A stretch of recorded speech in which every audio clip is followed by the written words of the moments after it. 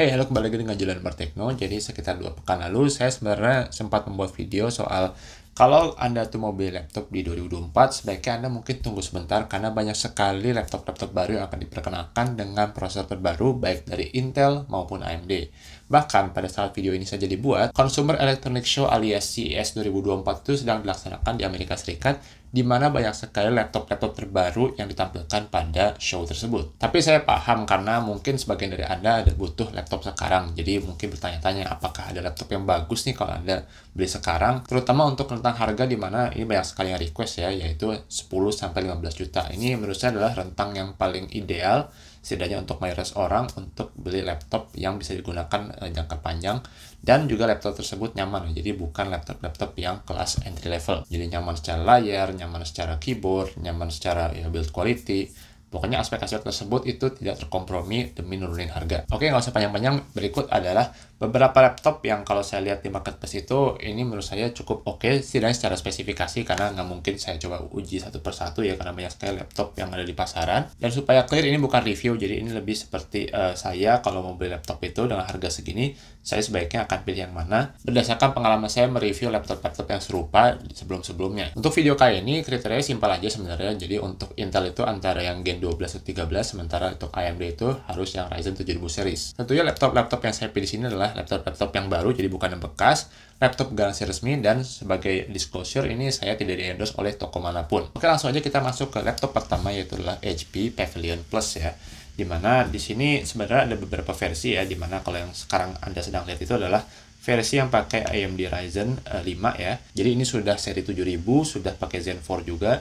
Jadi ini sudah pakai hardware terbaru. Tapi kalau Anda mau, sebenarnya ada yang versi Ryzen 7 dan juga ada versi Intel juga, yaitu adalah Intel Core Gen 13 yang i5 dan i7. Saya akan tunjukkan secara singkat dulu untuk yang Ryzen 5 ini. Dia sebenarnya kalau secara spesifikasi menurut saya sudah cukup bagus ya. Jadi sudah pakai 16 GB RAM, 512 GB storage. Untuk displaynya juga ini bisa dibilang oke, karena dia sudah pakai aspek ratio 16:10 ya. Bisa dilihat ini resolusinya 1920 x 1200, jadi layarnya agak sedikit meninggi. Ini cocok kalau Anda sering pakai laptop itu untuk kegiatan produktif seperti Microsoft Word, jadi untuk baca dokumen, dimana kalau rasio layarnya lebih tinggi, artinya kita bisa melihat dokumen dengan lebih banyak dalam satu layar tersebut. Untuk portnya juga cukup baik ya kelengkapannya, jadi ada 2 buah USB Type-C, kemudian ada 2 buah USB Type-A, kemudian juga ada HDMI, dan ada juga webcam Full HD ya, jadi bukan 720p lagi. Sebenarnya ini menurut saya sudah pasti kewajiban lah ya untuk laptop di atas 10 juta. Dan tentu saja karena ini adalah barang resmi, jadi dia dapat garansi resmi HP 2 tahun plus accidental damage protection. Nah, tapi kalau Anda lihat yang ini, misalnya ini pakai AMD Ryzen 7840, jadi Ryzen 7. Ini sekilas seperti sama ya, tapi sebenarnya di sini ada yang jelas-jelas berbeda ya. Jadi pertama jelas ini storage lebih besar ya, dia 1 TB. Kemudian displaynya meskipun sama-sama 14 inci, tapi kalau yang versi Ryzen 7 dia dapat resolusi lebih tinggi 2880 x 1800. Tapi mungkin yang paling kerasa adalah dia pakai OLED ya, jadi nggak pakai IPS lagi. Ya, OLED ini ada plus minusnya ya, dimana kalau minusnya ini belum tentu terbukti juga sih, bisa ada resiko burn in ya dalam jangka waktu panjang. Tapi di sisi plusnya, kalau secara contrast ratio jelas OLED jauh lebih baik ketimbang yang IPS. Dan kalau dari pengalaman saya sendiri pakai laptop layar OLED seperti terakhir itu saya pakai Asus VivoBook Pro 16X, layar OLED itu benar-benar nikmat lah untuk ditonton.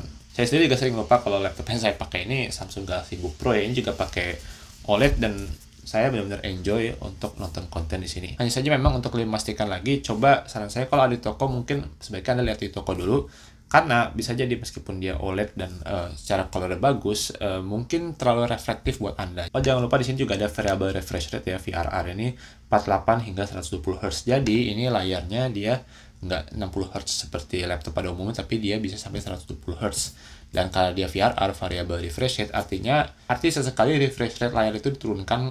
Biasanya tuh kalau Anda itu nggak banyak berkegiatan, misalnya mungkin cuma lagi baca dokumen gitu, nggak scrolling apa-apa, biasanya itu refresh rate itu diturunkan untuk menghemat baterai. Tapi kalau Anda beraktivitas, misalnya lagi buka window kemudian ketik, nah itu biasanya refresh rate-nya di polin ya ke 120 Hz. Sekarang kita tengok yang Intel, ini sebenarnya ekivalensinya Intel untuk yang Ryzen 5 ya. Jadi ini harganya sedikit lebih mahal ketimbang Ryzen, tapi emang biasanya begitu ya, yang laptop pakai Intel pasti lebih mahal. Prosesornya beda, tadi seperti yang saya sudah bilang pakai Intel i5 1335U, jadi yang sudah Gen 13. Displaynya seperti yang Ryzen 5, dia juga pakai 1920x1200 IPS ya, jadi bukan OLED. Nah, tapi mungkin sedikit berbeda dengan yang versi AMD Ryzen adalah kalau dia pakai Intel, artinya dia dapat fitur Thunderbolt ya. Nih mungkin beberapa dari Anda tuh butuh Thunderbolt yang mungkin untuk dukungan high speed storage atau ya beberapa kegiatan yang butuh Thunderbolt lainnya. Sebenarnya nggak terlalu penting sih kalau buat saya pribadi, tapi ini ya mungkin nice to have lah. Sementara itu kalau yang pakai Intel Core i7 1355U itu ya ini mirip seperti yang AMD Ryzen 7, cuma harganya dia mentok hampir banget 15 juta. Mungkin toko lain ada yang lebih murah atau mungkin lebih mahal, tapi ya intinya yang Intel pasti lebih mahal. Dan keunggulan ditawarkan versi Intel tuh juga kurang lebih sama seperti yang ada pada versi Ryzen 7 ya. Cuma kembali dia dapat Thunderbolt 4. Mungkin sedikit catatan di sini adalah kalau kita beli HP Pavilion Plus itu untuk laptopnya sendiri dia itu nggak bisa di-upgrade secara RAM ya, tapi setidaknya masih bisa di-upgrade secara storage. Ya memang sayangnya pada umumnya untuk laptop high-end itu jarang banget laptop high-end yang bisa di-upgrade RAM-nya ya. Bahkan kadang-kadang ada yang nggak bisa di-upgrade storage-nya. Berikutnya di sini ada laptop lainnya, yaitu adalah Lenovo Yoga Pro 7i ya, 7i. Itu dibanding yang saya tunjukkan pada video ini, dia itu mungkin yang paling unik ya, karena dia pakai Intel Core yang pakai prosesor H ya. Di sini yang H bukan yang U. Dimana artinya dia performance core lebih banyak. Kalau yang U itu biasanya 2P, ini 4P ya. Sehingga kalau secara prosesor mungkin ini bisa dibilang yang paling kencang minimal untuk yang multi-core performance. Dia dapat fitur 16GB LPDDR5 5200, jadi sudah DDR5 juga seperti yang sebelumnya.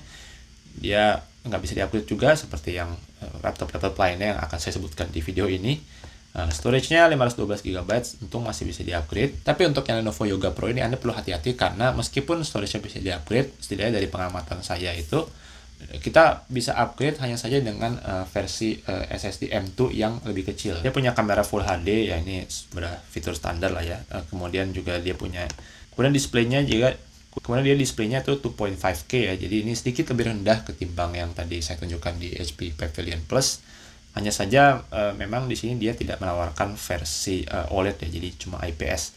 Ya menurut saya ini nggak buruk-buruk amat lah, karena minimal IPS-nya ya dia terang 350 nits, sedikit lebih tinggi dibanding umumnya. 100% sRGB dan punya refresh rate 90Hz ya, jadi setidaknya dia nggak mentok di 60Hz. Nah, untuk masalah refresh rate itu bagus, tinggi atau enggak, menurut saya ini hanya fitur yang bisa dibilang nice to have ya, karena 60Hz sih menurut saya oke-oke aja ya, nggak ada masalah pakai 60Hz. 90Hz ya itu mungkin agak sedikit lebih kelihatan smooth ya, tapi kalau untuk membantu pekerjaan sehari-hari apakah lebih nyaman kalau kita pakai 90Hz misal untuk Excel, untuk Word ya, menurut saya nggak juga. Untuk beratnya ini sedikit lebih berat ketimbang HP Pavilion Plus ya, meskipun ini mungkin nggak ngaruh-ngaruh banget karena HP Pavilion Plus tadi itu sekitar 1,45 kg, ini 1,49 ya, hampir nggak beda. Dan untuk portnya dia sedikit lebih pelit dibanding sebelumnya ya, karena dia cuma dapat satu buah USB 3.2, ini yang Type A ya, kemudian USB Type C, kemudian dia dapat Thunderbolt 4, ini karena dia Intel, kemudian dapat HDMI dan headphone jack. Ya saya nggak tahu kenapa ini sedikit lebih pelit, mungkin karena Intel itu invest di prosesornya yang pakai high performance, jadi mungkin nggak pengen banyak-banyak port ya. Dan karena ini adalah barang resmi, dan jadi dia punya garansi resmi, kemudian juga garansi resminya 3 tahun plus accidental damage protection. Tapi kalau Anda nggak pengen yang Intel, di sini ada pilihan lain, yaitu adalah Lenovo Yoga Pro 7 Ryzen 7 ya, dimana dia itu pakai yang 7735S.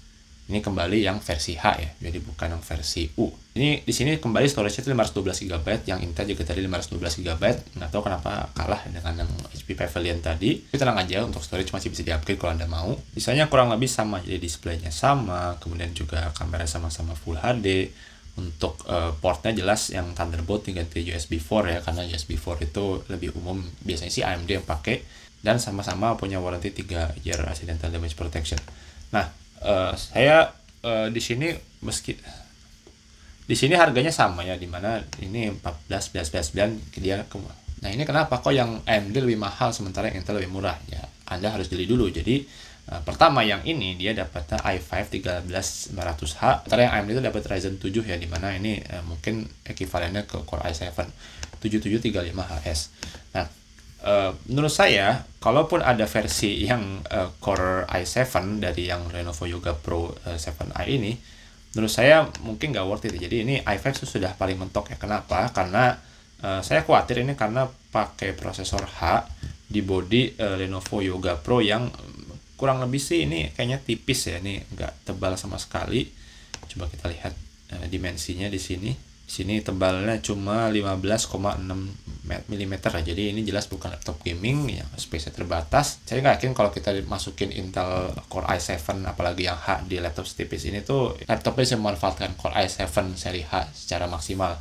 Jadi ya menurut saya i5 itu sudah maksimal banget lah kalau untuk laptop kelas chassis begini. Tapi saya masih cukup pede kalau Ryzen 7 735HS ini meskipun nggak maksimal juga karena ini bukan laptop gaming yang punya dual cooling, ini masih bisa cukup oke lah untuk laptop dengan chassis seperti ini, meskipun ya kembali nggak bakal maksimal.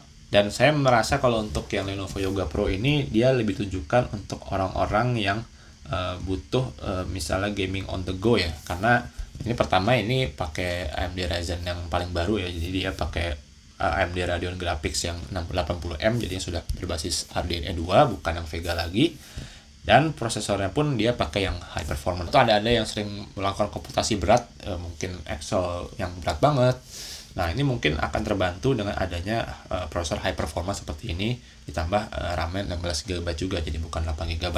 Tapi menurut saya Anda juga jangan expect kalau yang pakai HS ini suara kipasnya akan lebih senyap atau sama senyapnya ketimbang yang seri U ya. Jelas ada kemungkinan ini bisa lebih bising karena ya jelas yang H itu lebih panas. Kemudian berikutnya ini yang terakhir juga biar Anda tuh nggak kebanyakan pilihan jadi bingung. Ini ada Asus ZenBook 14 ya, dimana dia pakai yang model OLED. Nah untuk laptop ini memang agak berbeda dengan dua sebelumnya. Pertama dia pakai i5 yang 1240p, jadi dia masih Gen 12. Nah, meskipun dia tuh pakai yang P ya, jadi P itu untuk yang Gen 12 dia performanya di antara yang seri U dan seri H ya. Dimana saya masih cukup confident kalau i5 yang P ini dia masih bisa bersaing dengan i7 yang Gen 13 yang U. Oke, mari kita lanjut bahas speknya. Ada memori 16GB, storage 512GB, displaynya 14 inci 2,8K, jadi dia pakai OLED juga, 16:10 juga, jadi bagus untuk produktivitas. Refresh rate-nya juga sudah 90Hz, jadi memang sekarang tren di atas 10 juta nih bagus ya, dia sudah mulai nggak pelit ngasih panel 90Hz sekalian. Ya ini karena OLED dia terang banget, 400 nits, kemudian 550 nits di HDR peak brightness, 100% di CIP3 ini, jadi secara color gamut juga udah oke banget. Jadi buat anda yang kerjaannya itu butuh color accuracy atau color gamut yang luas, ya bisa dibilang ini cukup cocok lah. Kemudian untuk I/O-nya dia punya satu buah USB 3.2 Type A, cuma satu sayangnya ya. Kemudian untuk portnya sebenarnya dia nggak terlalu generous ya, ini nggak terlalu banyak lah ngasihnya, jadi satu buah USB 3.2 Gen 2 Type A, jadi Type A cuma ada satu di sebelah kiri, ini di sebelah sini, jangan tertipu dengan ini ventilasi. Tapi minimal ada dua buah port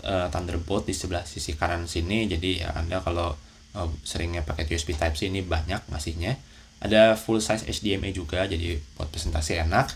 Kemudian ada satu buah 3.5 combo mic audio jack, dan yang nggak dimiliki laptop lain yang sebelumnya saya sudah sebutkan, dia punya micro SD card reader. Kameranya juga sudah full HD meskipun nggak ada fitur yang khusus lainnya di sini. Beratnya sedikit lebih ringan ketimbang yang lain, jadi 1,39 kg ketimbang sebelum-sebelumnya saya sudah sebutkan. Dan tentunya karena ini barang resmi, dia jadi punya Asus Indonesia 2 tahun ya. Jadi ini pertama karena dia itu dibanding pilihan-pilihan sebelumnya, dia itu punya touchscreen ya. Dimana untuk laptop-laptop sebelumnya saya sebutkan itu nggak punya touchscreen.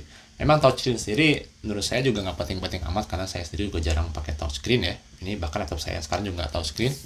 Nah, tapi buat Anda sebagian mungkin ada yang butuh touchscreen, ya ini adalah salah satu pilihan. Dan kalau dibanding laptop-laptop lain, menurut saya ini adalah yang paling keren secara desain.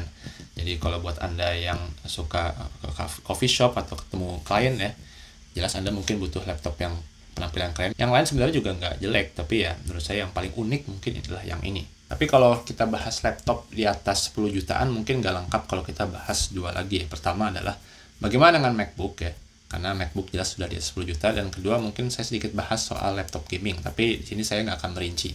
Jadi untuk MacBook dulu. Jadi untuk MacBook sendiri, kalaupun Anda bisa dapat di bawah 15 jutaan, itu mungkin ada yang nggak garansi resmi ya. Dimana kalau untuk produk Apple sebenarnya saya nggak ada pengalaman langsung untuk garansi dengan misalnya iBox atau distributor resmi lainnya di Indonesia. Tapi karena saya tinggal di luar negeri, saya jadi nggak terlalu ada masalah dengan MacBook, minimal 1-2 tahun pertama nggak pernah ada masalah, dan tentu bisa klaim ya selama garansi dari Apple langsung tuh masih aktif. Nah, tapi di luar garansi apakah MacBook itu bisa dibilang worth it? Coba kita lihat spek dulu di sini ya. Ini saya lihat di sini dia punya chip M2. Saya di sini ngeliatin yang M2 ya. Chip M2, kemudian punya RAM 8GB dan storage 256GB.